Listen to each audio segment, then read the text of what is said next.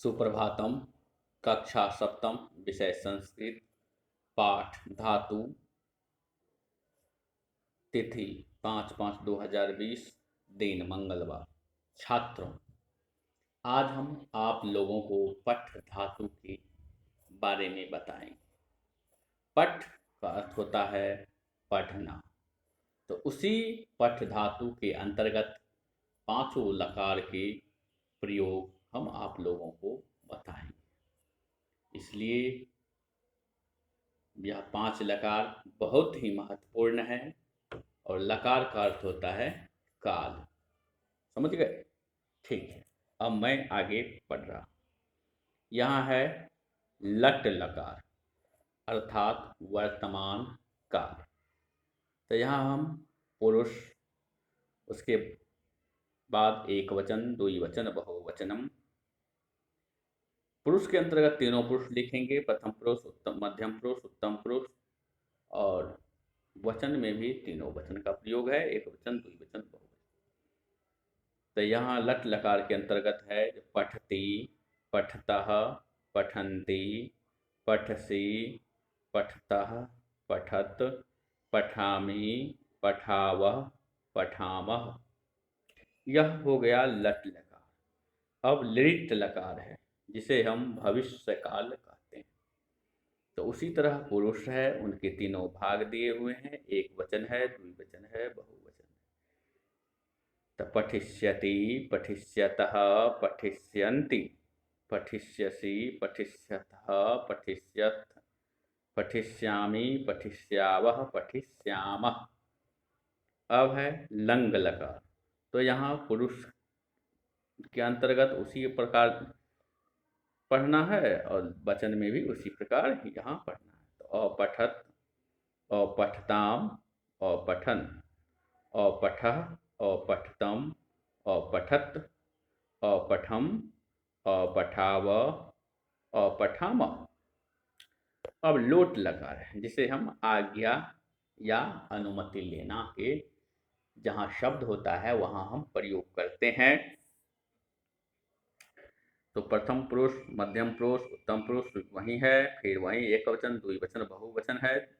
जो ऊपर दिया गया है उसी के अनुरूप में लिखना है आपको।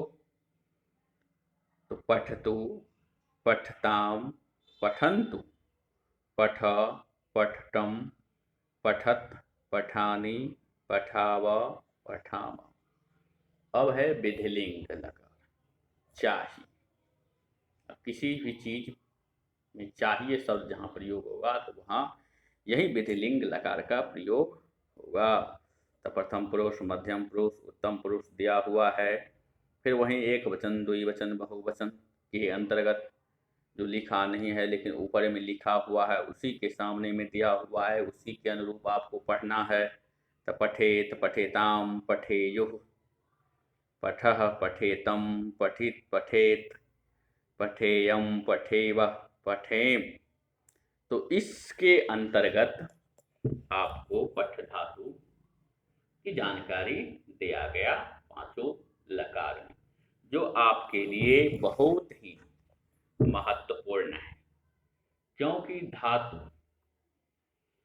धातु शब्द रूप जिनको याद है वह व्यक्ति किसी भी प्रकार के अनुवाद को बना सकता है। इसलिए हमारे प्यारे भैया एवं बहन, आप लोग इस धातु रूप को इस प्रकार याद करेंगे जो कि आपके जीवन में कभी नहीं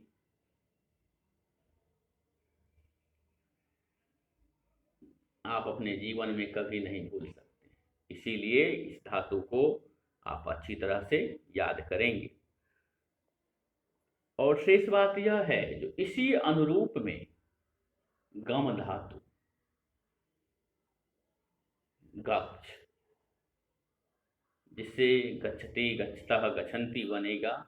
तो उसी प्रकार आपको गम धातु आप अपने से प्रयास करेंगे इसी अनुरूप में लिखने का, जो मैं आपको गृह कार्य के अंतर्गत दे रहा हूं।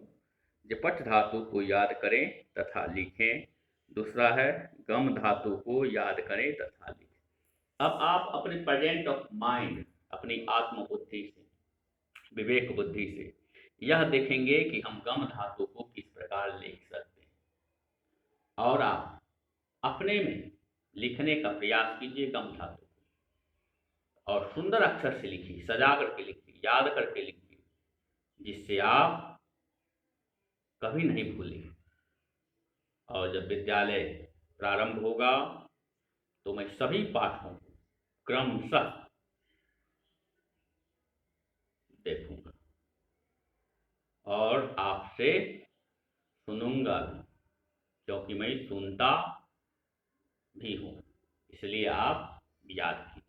और आप लोग को कहीं भी किसी भी प्रकार की कठिनाई होती है तो आप मेरे फोन पर संपर्क कर सकते हैं, निसंदेह, निसंकोच, कोई संकोच नहीं करनी चाहिए। जिस चीज़ के बारे में आपको जानकारी लेनी है, जहाँ आप समझ नहीं पा रहे हैं, तो आप हमें फ़ोन करें, मैं आपके उत्तर देने के लिए तैयार हूँ। और इस तरह आपका भविष्य उज्जवल हो और आप क्रमशः आगे बढ़ें और संस्कृत हमारी देव भाषा है, उसकी भी रक्षा करें। और आप पठधातु को याद करेंगे और सुंदर अक्षरों में गृह कार्य की कॉपी में लिखेंगे। शेष